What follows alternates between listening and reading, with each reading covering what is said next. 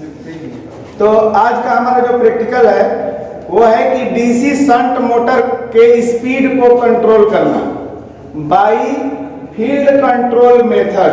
मतलब ये है कि डीसी मोटर के क्षेत्र को कंट्रोल करके मोटर के स्पीड को कंट्रोल करना, माने जितना चाहे उतना स्पीड अपने हिसाब से उसको दिलाना। मतलब जब आप इसके फील्ड को प्रतिरोध को कंट्रोल करोगे तो उसका फील्ड कंट्रोल में आएगा, और जब फील्ड कंट्रोल में आएगा तो इसकी स्पीड भी कंट्रोल में आ जाएगी। सबसे पहले यहाँ पर आप देखेंगे कि ये डीसी शंट मोटर हमारे पास है और ये डीसी शंट मोटर का कंट्रोल पैनल है। इसके लिए सबसे पहले हम इसका डायग्राम समझेंगे। जब तक डायग्राम आप नहीं समझते हैं तब तक आपको यह समझ में नहीं आएगा। तो चलिए सबसे पहले हम डायग्राम समझते हैं। आ जाइए, यहाँ पर डायग्राम आप दिखाइए। तो हम लोग यहाँ पर लिखेंगे डीसी मोटर। डीसी मोटर में कौन सा है motor? Shunt motor. Shunt motor के गति को नियंत्रित करना, के गति को नियंत्रित करना, ठीक है, by field control method, FIELD, ठीक है ना बाबू? Field control method. सबसे पहले इसकी जो संरचना है सबने पढ़ा है, उसको देखते हैं। मान लीजिए कि ये हमारा जो है सप्लाई है, सप्लाई फेज और क्या है? न्यूट्रल है, और यहां पर हमारे मोटर का 2 पॉइंट दिया गया है, ये स्विच है, ठीक है। ये आगे की तरफ बढ़ेगा तो सबसे पहले यहां पर आपको देखने को मिलेगा एक कार्बन ब्रश के साथ कम्यूटेटर और उसके साथ मोटर। उसके बाद यहां पर एक रेजिस्टेंस होगा, फिर इसके बाद एक फील्ड होगी और फिर ये कंट्रोल रहेगा। अब ध्यान से देखिए, ये है फील्ड कंट्रोल मेथड।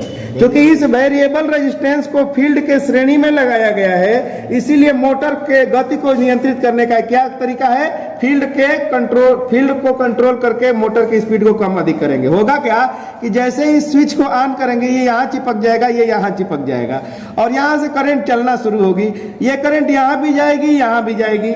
जब ये मोटर में करंट जाएगी तो मोटर में के आर्मेचर में करंट धारा जो है प्रवाहित होना शुरू हो जाएगी, आर्मेचर में धारा प्रवाहित होना शुरू हो जाएगी।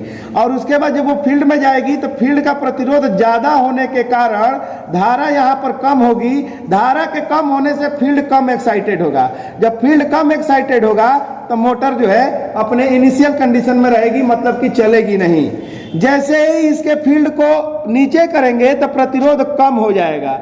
प्रतिरोध के कम होने से धारा बढ़ जाएगी, और जब ये धारा बढ़ी हुई धारा फील्ड में जाएगी और फील्ड को प्रबल करेगी। अब फील्ड को जब प्रबल करेगी तो मोटर की स्पीड धीरे धीरे क्या हो जाएगी? बढ़ना शुरू हो जाएगी। और इस तरीके से आप इस वेरिएबल रेजिस्टेंस की वजह से ये जो रियोस्टेट दिख रहा है, रियोस्टेट को अधिक कम करके इसके फील्ड को अधिक कम कर सकते हैं। जब रियोस्टेट ऊपर वो रहेगा, सबसे ऊपर, तो करंट इसमें जो है कम मात्रा में बहेगी, फील्ड कम बनेगा, मोटर कम स्पीड से चलेगी। जैसे ही इसके रियोस्टेट को नीचे लाएंगे वैसे ही धारा जो है बढ़ती जाएगी, और धारा के बढ़ने से ये मोटर जो है, धारा के बढ़ने से फील्ड बढ़ेगा, फील्ड के बढ़ने से मोटर जो है अपने स्पीड में, मतलब स्पीड उसका बढ़ता जाएगा। और इस तरीके से हम मोटर के स्पीड को कंट्रोल कर लेंगे। किसको कंट्रोल करके? फील्ड को कंट्रोल करके। हमारे पास ये मोटर दिख रही है, मोटर को सबसे पहले MCB से ऑन कर देंगे। तो यहाँ पर हमको देखने को मिलेगा कि इसका जो वोल्टेज है, जो इसके अंदर वोल्टेज जा रहा है, वो लगभग 250 वोल्ट के करीब जा रहा है, और करंट अपने इनिशियल कंडीशन 0 पर है। इसका मतलब है कि नीचे है। जैसे ही इसके फील्ड रियोस्टेट को नीचे करेंगे, नीचे करते जाएंगे, तो आप इसको केयर करेंगे, ये थोड़ा पकड़ो। जैसे ही इसको नीचे करते जाएंगे ये करंट जो है बढ़ती जाएगी धीरे धीरे करके।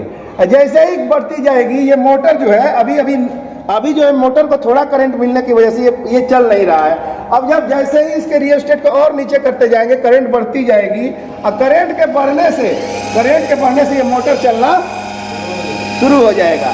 और इस तरीके से हम रियोस्टेट को घटा बढ़ाकर मोटर के स्पीड को कम अधिक कर सकते हैं।